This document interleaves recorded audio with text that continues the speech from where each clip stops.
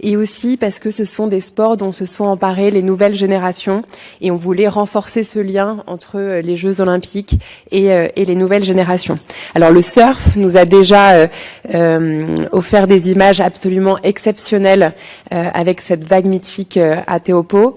Les photos également du skateboard. On fait le tour du monde avec ces athlètes dans les airs, avec l'obélisque de la Concorde en fond. Ils nous ont également offert un joli écart entre la première médaille d'Arisa True à 14 ans et la première participation aux Jeux d'hier d'Andy McDonald à 51 ans. Donc voilà, c'est aussi la preuve que même les nouveaux sports parlent à toutes les générations. Et puis désormais, place à l'escalade, dont les compétitions se sont lancées sur le mur géant au site du Bourget. Et demain, pour la première fois de l'histoire des Jeux, le breaking, qui est ce sport iconique des Jeux de Paris 2024, qui incarne cette volonté de Paris 2024 de rapprocher le sport, la culture, qui va faire son entrée en scène.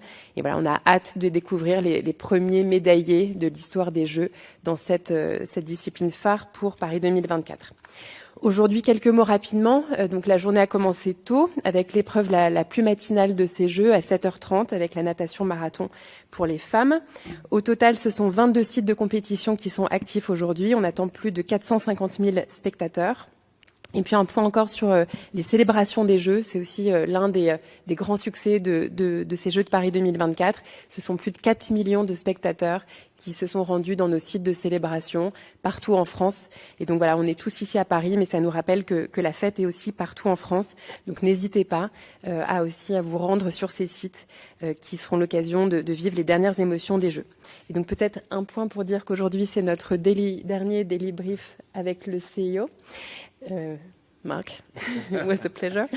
On va attendre la fin de la conférence avant de se remercier. Mais peut-être juste pour vous dire que samedi à 10h30, ce serait aussi l'occasion d'une conférence de presse avec Tony Estanguet, président de Paris 2024, et Étienne Taubois, directeur général, pour vous partager un premier bilan de ces Jeux de Paris 2024. Donc on vous attend nombreux samedi à 10h30. Merci pour la dernière fois. Today we're going to do a little presentation on AI and technology here in Paris, at the Games here in Paris. Quick couple of broadcasting and digital figures for those that want. In Canada, CBC reports that consumption of Paris 2024 content on CBC digital and streaming platforms to date is up 74% over Tokyo 2020 and 106% over Beijing 2022. IOC Digital, the Olympic social media handles, have gained an average of 1.5 million new followers every day since the opening ceremony, 2.5 times more than during Tokyo, so going well there. 53 medals in play today, 26 golds, I am told. I have with me, as you can see, I have Ilario Corna, Chief IOC Information and Technology Officer. Thank you very much for joining us, Ilario. And once again, 2 days in a row, coming back for more, Yanis Exarchos, CEO of Olympic Broadcasting Services, OBS. So without further ado, let's pass, and I think, Ilario, you to start on technology. Thank you very much. Thank you very much, Mark. It's great to be here. First, let me start by telling you conclusively that the Olympic Games Paris 2024 are the most high-tech games ever. Massive amount of data are being generated during these games, which is processed, stored, and consumed across a variety of functional areas. Technology is the backbone of the Olympic Games that makes all of this possible. We are using technology, including artificial intelligence, for the first time to deliver the Olympic Games that will pave a way for the future. What does that mean? In Tokyo 1964 Games, we witnessed the dawn of a new era, the first live satellite TV transmission. In 1984 Games, mark another milestones with the introduction of email workstations. Now, in 2024, we are here to celebrate an unprecedented acceleration of innovation propelling the Olympic spirit into the future with boundless possibility. For starters, the very first Olympics that we are 100% cloud-based. What does that mean? It means no more physical rooms, no physical space needed for information storage. Everything is on the cloud. These games are the first of newly implemented cloud archival systems. At every edition of the Olympic Games, we need to store all of the content generated during these games. Hundreds of thousands of still images and video. In the past, it used to take days and to store and archive just the opening ceremony images. Now, by 7 a.m. the next day, we already had everything stored, and it was all available for all the media broadcasters and the commentator across the world. These are also the first games that are seeing the implementation of the Olympic AI agenda. The IOC set out to lead the implementation of artificial intelligence in sports earlier this year, setting out the envisioned impact of AI can deliver in sports. The Paris Games will witness the first example of these implementations. What does it mean in concrete? Example one, in the new result systems developed in partnership with Omega.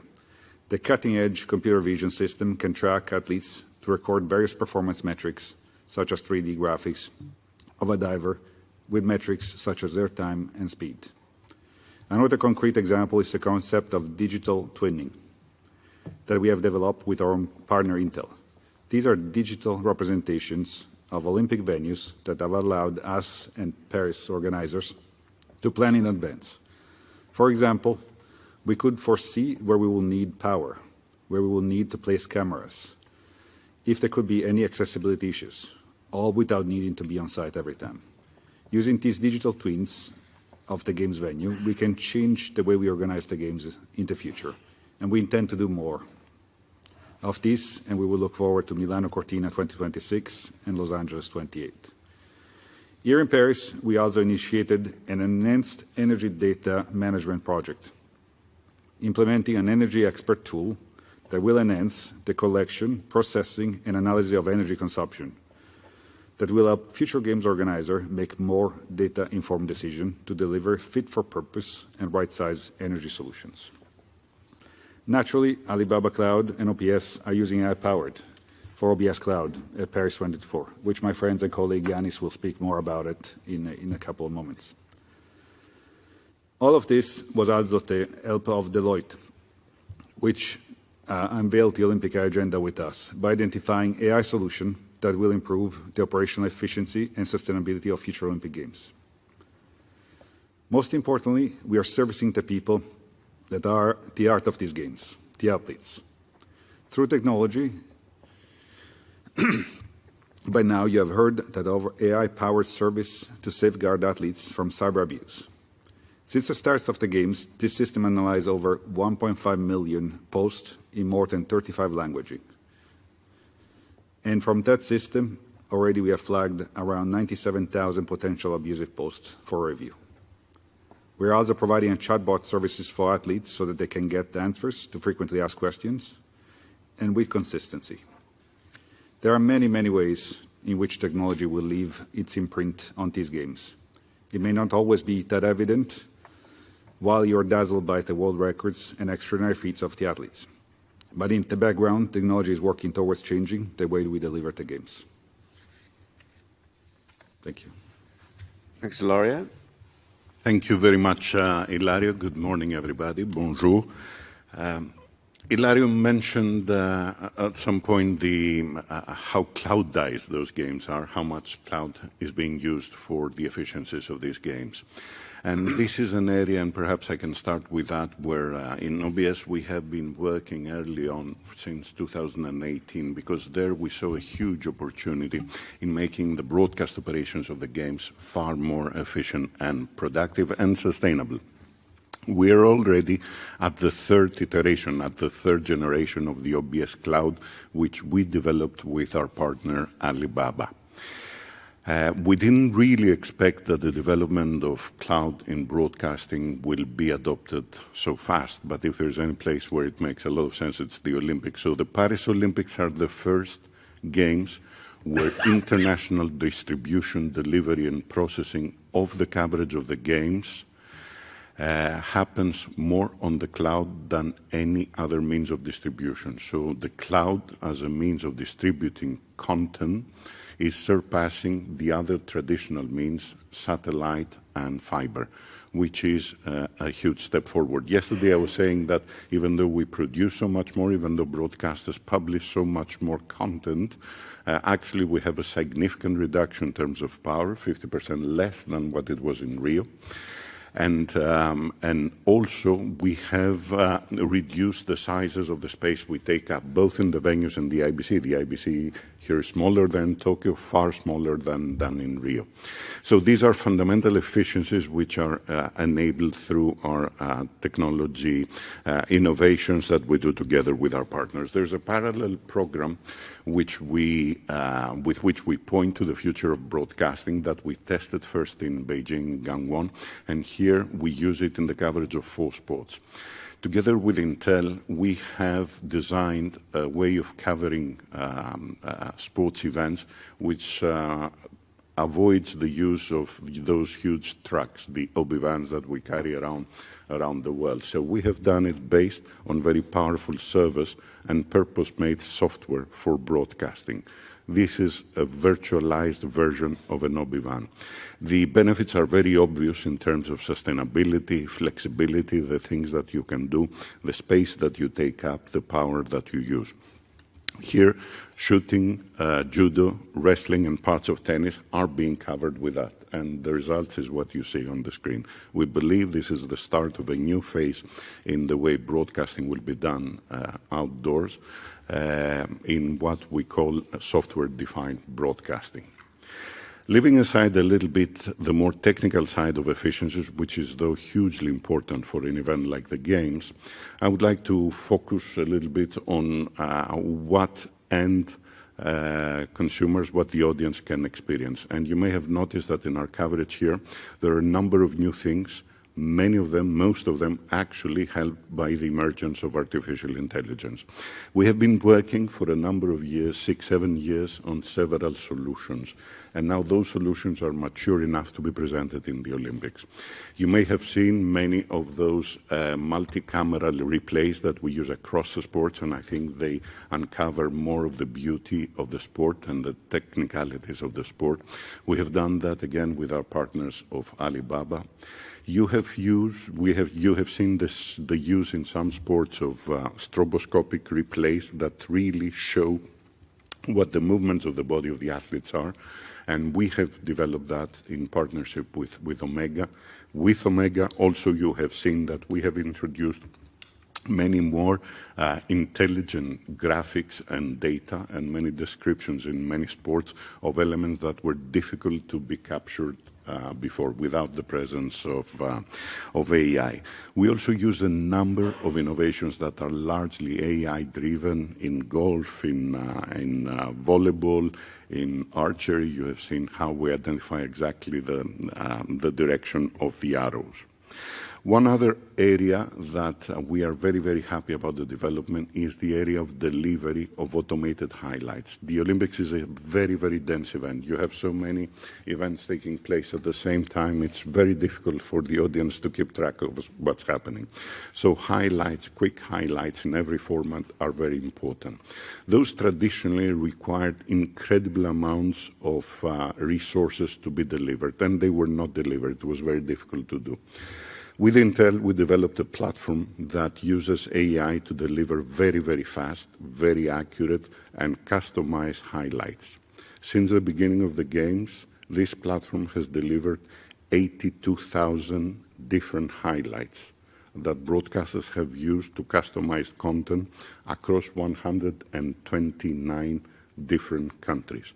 You understand what the impact of that is and why you have the sense in these Games that wherever you are, whichever platform, you will always see in very, very fast a nice highlight of what has happened. Those are just a few of the things we're doing. Of course, our key focus for the use of AI is how to enhance the experience of the audience. We're not using AI to replicate humanly made efforts. We still believe that human creativity should be at the heart of it. We use AI as tools. We use them as assistants to our creators, to our editors, to our producers, to our directors. And it is true, especially in the level of understanding data, understanding information from around the world, that some of these tools really help us, especially on the digital front. You've seen the numbers. We're using AI assisted analysis of data.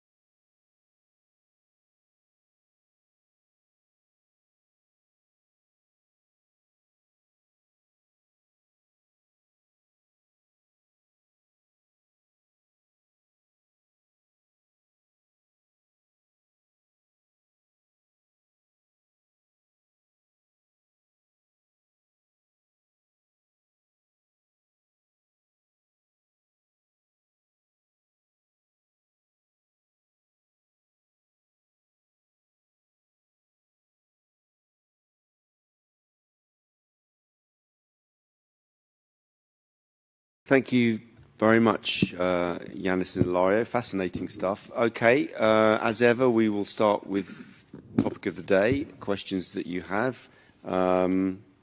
Any other questions we will tackle too, but yes, sir. Bonjour, Bruno Fraioli de sportbusiness.club. J'ai juste 2 points à voir avec OBS. Tout à l'heure, vous avez parlé du tennis, du golf. Vous parlez de remote production, c'est bien ça, si j'ai compris. Et est-ce que ça pourrait développer encore plus à l'avenir? Et puis par ailleurs, sur les images que l'on vient de voir, c'est beaucoup d'éléments supplémentaires. Est-ce qu'il y a une limite à un moment donné à ne pas franchir pour que ça soit totalement illisible? Merci. Thank you very, very much. To the first question, it's not just a remote production, because remote production also happens today with more traditional means. I mean, you can connect people remotely. Here is a full transition into IP-based technologies from traditional broadcast technologies. This allows for far more flexibility. Essentially, you can use a set of servers or some other kind of computational infrastructure. Of course, this computational capacity needs to be very, very strong, and specially made software for broadcasting. The production, the producers, the directors may be sitting wherever it's more convenient. They may be in the venue, or they may be remotely, or they may be collaborating from different parts. So this is not just remote working, it is working with a lot more flexibility. To your second question regarding where does this stop with the additional information, I think that there will always be interest in additional visual information about the sports. There is a balance that we need to keep in our international feed between the actual description of the event and all these things that we do. The good thing is that today, with the capacity that we have to deliver different formats and different flavors of our production, we can allow actually the broadcasters to choose how much and when they want to bring this in.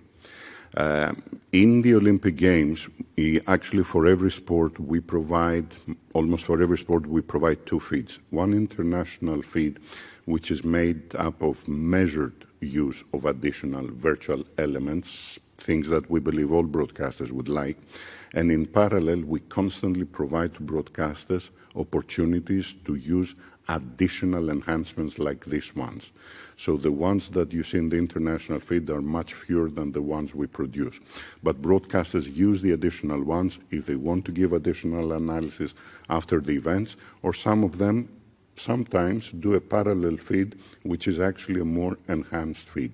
I agree with you that the event itself, the Olympic Games, is such a huge event in terms of athletic prowess and performance that the athletes should remain the fundamental thing. We should be capturing that.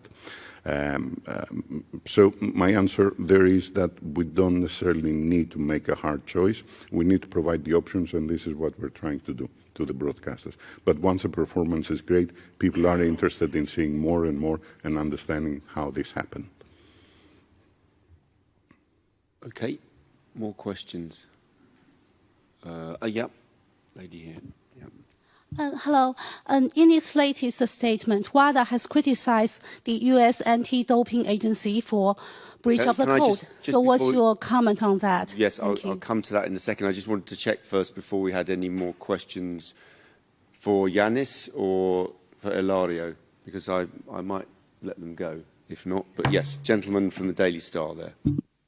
Thanks, Matt. I was just wondering, you mentioned the abuse, you've been able to track the abuse of athletes in social media. Could you give us some more examples of that? And you said that it's being analysed. What's likely to happen with that data? Does that go towards prosecution, to police forces? How do you deal with it? And what measures have you got in place that can hopefully prevent it?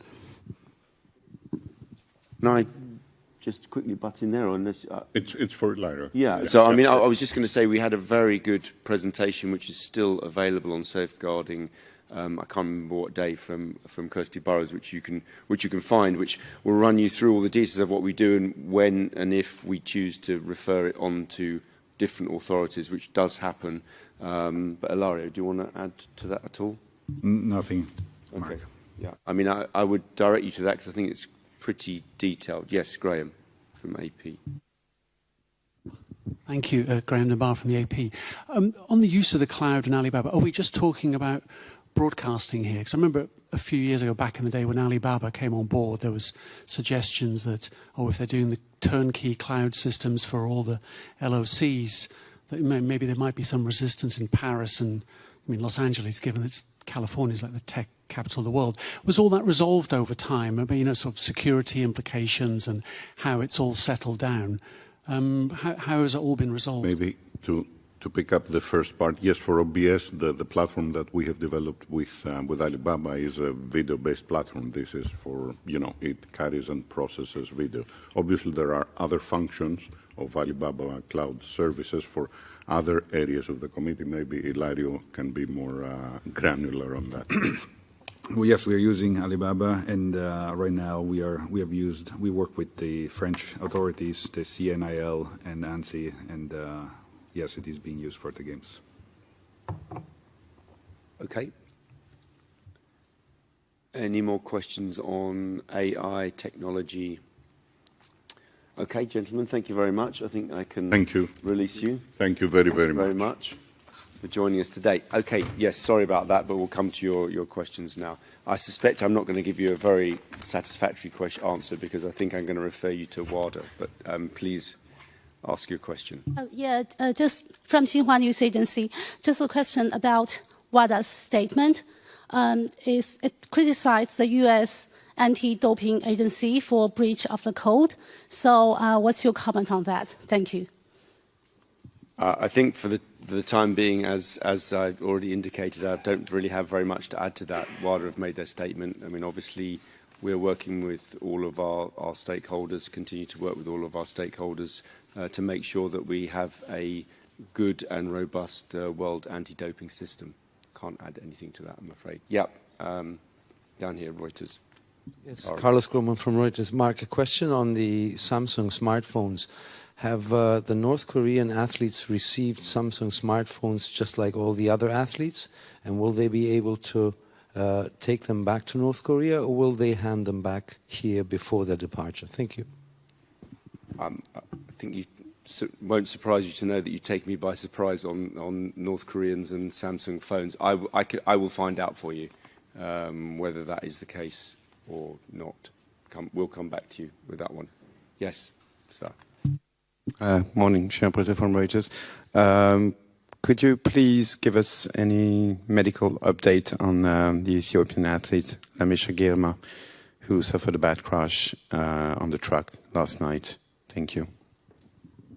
Yeah, I can't give you a medical update. That's probably almost certainly best coming from the National Olympic Committee and also from the medical authorities. I don't know if Anne has anything, but obviously we understand that he's in good shape, and our sympathies go to him. Hope he's okay and makes a very, very swift recovery. We all saw that. No one likes to see an accident like that, totally unexpected. But I don't know if you've got any update on that, Anne. No, sorry.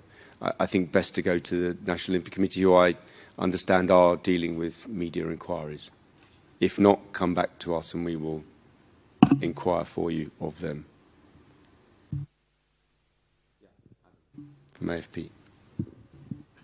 Hi, good morning. Adam Plowright from AFP. I was wondering, Mark, if you could give us any information about the case of the Afghan judoka Mohammed Samim Faizad. There are reports that he has sought asylum after competing here in Paris. And I don't know as well if you're able to give us any information on that. And a second question, if I may, there's been more reporting about the water quality tests done in the Seine. I wondered, Anne, if you commit to publishing all of the data that you've received, as we had before the games. We used to have a sort of daily breakdown of the water quality readings, which we haven't had since the start of the games, and that would help to clear up some of the speculation about what the results and the quality of the water when particularly the triathlon mixed relay was given the go ahead. Yeah, on the first one, I don't have any details about which Afghani judoka. Yeah, I'm afraid I don't, but I would on that one refer you to the authorities, I guess, the French authorities in this case. But Anne. On your second question, so I will get back to you on the approach in order to share all the information. But just maybe I can start from the last results we have for today's race. So it's our national lottery. So today for E. so the samples were taken yesterday at 5 a.m. It showed E. coli levels at 248, 387, 261 to 308 across the 4 testing points. And so they were all considered as very good by World Aquatics.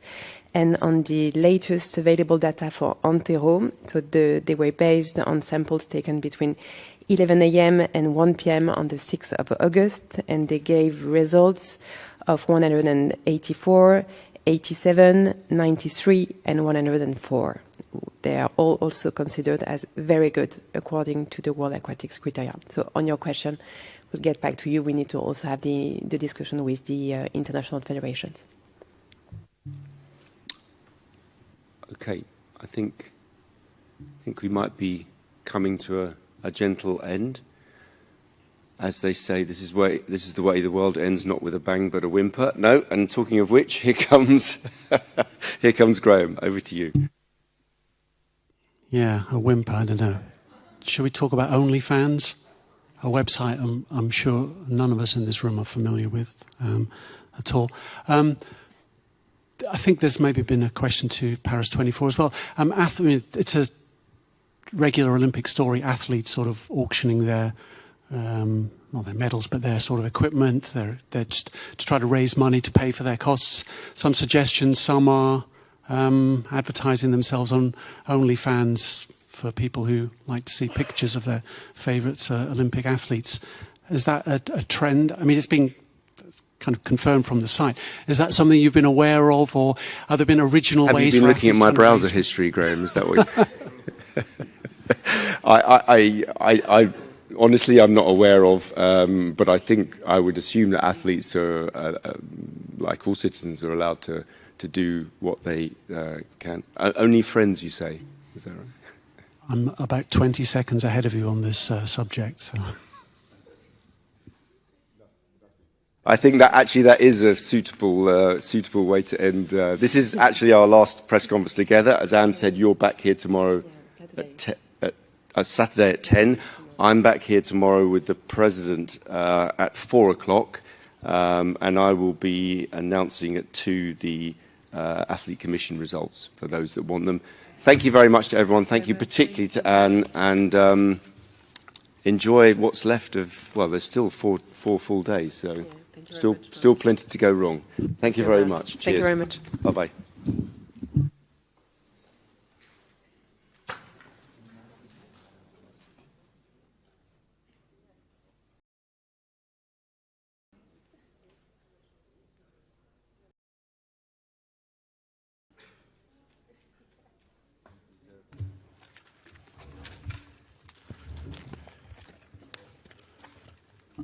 Bonjour à tous. Good morning, everyone. I'm going to speak in French this morning. Donc, plus que 4 jours de compétition. On aimerait pouvoir retenir le temps. Avec peut-être ce matin pour moi un point spécifique sur les nouveaux sports qui ont été mis au programme des Jeux de Paris 2024. Vous savez qu'on avait choisi 4